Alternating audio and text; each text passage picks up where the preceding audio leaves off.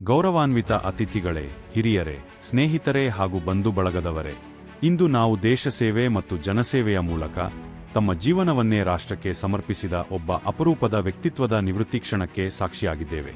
ಅವರೇ ನಮ್ಮ ಹೆಮ್ಮೆಯ ಭಾರತೀಯ ಸೇನೆಯ ಮಾಜಿ ಸೈನಿಕರು ಶ್ರೀ ಸಿದ್ರಾಮ ಬೀರಾದರ ಸರ್ ಅವರು.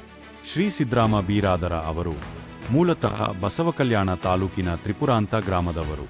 ಇವರು 29 ಜೂನ್ 1966ರಂದು ಜನಿಸಿದರು.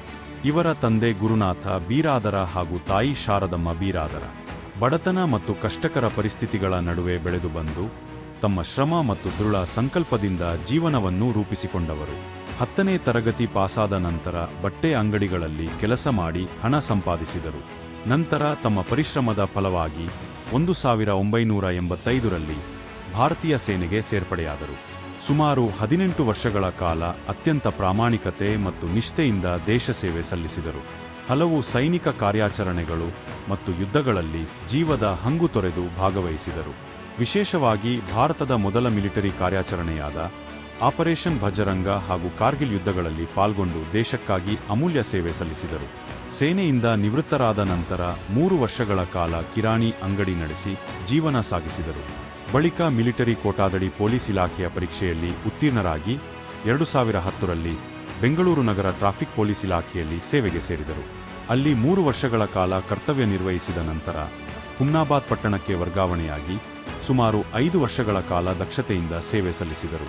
ನಂತರ ಬಸವಕಲ್ಯಾಣ ಗ್ರಾಮೀಣ ಠಾಣೆಯಲ್ಲಿ 1 ವರ್ಷ, ಮೂಡುಬಿ ಠಾಣೆಯಲ್ಲಿ 5 ವರ್ಷ ಮತ್ತೆ ಬಸವಕಲ್ಯಾಣ ನಗರ ಪೊಲೀಸ್ ಠಾಣೆಯಲ್ಲಿ 10 ತಿಂಗಳು ಸೇವೆ ಸಲ್ಲಿಸಿದ ಬಳಿಕ ಕೊನೆಯದಾಗಿ ಹುಲಸೂರು ಪೊಲೀಸ್ ಠಾಣೆಯಲ್ಲಿ ಹೆಡ್ ಕಾನ್ಸ್ಟೇಬಲ್ ಆಗಿ ಕರ್ತವ್ಯ ನಿರ್ವಹಿಸಿದರು.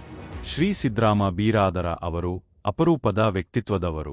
ದೇಶದ 3 ಮಹತ್ವದ ಜವಾಬ್ದಾರಿಗಳನ್ನು ನಿರ್ವಹಿಸಿದ ಹೆಗ್ಗಳಿಕೆ ಇವರದ್ದು.